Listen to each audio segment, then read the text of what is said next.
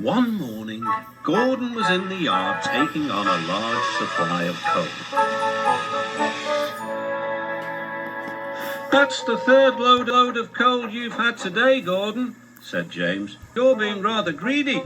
"I'm an important engine," replied Gordon. "Important engines need plenty of coal, but I doubt if you would understand that, James." James snorted. Later, Gordon was taking on water from a standpipe because the water tower was under repair.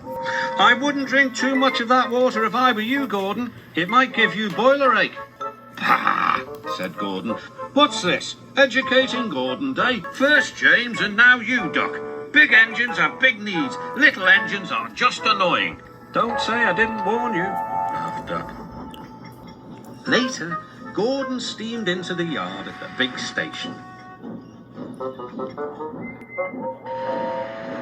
"That's what I need," exclaimed Gordon. There, emerging out of the sheds, were two shiny tenders. "If I had two tenders," said Gordon, "I wouldn't need to stop so often, and I wouldn't have to listen to silly little engines." "Those tenders belong to a visitor," replied his driver.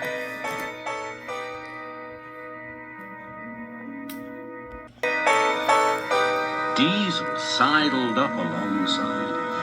"Everyone knows that tenders are a mark of distinction, but I'm afraid that no amount of tenders will save you in the end. We Diesels are taking over, and we don't need tenders to make us important, not even one." Gordon was most upset. He was feeling just the same the next day. "I'm not happy." "I know," put in Duck brightly. "It's boiler ache." "It's not boiler ache," protested Gordon. "Of course it is," interrupted Henry. "That water's bad. Your boiler must be full of sludge. Have a good washout, then you'll feel a different engine."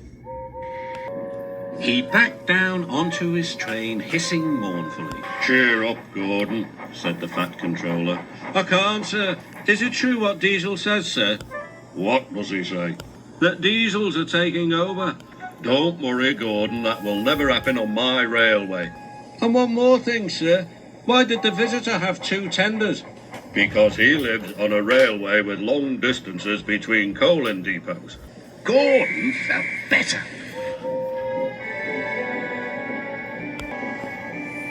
But Henry started complaining. Banged some trucks angrily. "I always work hard enough for two," he puffed. "I deserve another tender." Duck whispered something to Donald. He was going to play a trick on Henry. "Henry," he asked innocently, "would you like my tenders?" "Yours? What have you got to do with tenders?" "All right," said Duck. "The deal's off. Would you like them, Donald?" "I wouldn't deprive you of the honour," replied Donald. "It is a great honour," continued Duck thoughtfully, "but I'm only a tank engine. Perhaps James might." "I'm sorry I was rude," said Henry hastily. "How many tenders have you, and when could I have them?" I have 6, and you can have them this evening." "What a splendid sight I'll be," chortled Henry. Henry was excited all day. "Do you think it'll be all right?" he asked for the umpteenth time. "Of course," said Duck.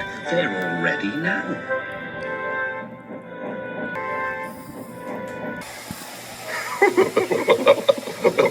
The other engines waited where they could each get a good view. Oh, he's coming. Oh, here he comes. But Henry wasn't a splendid sight at all. His 6 tenders were filled with boiler sludge.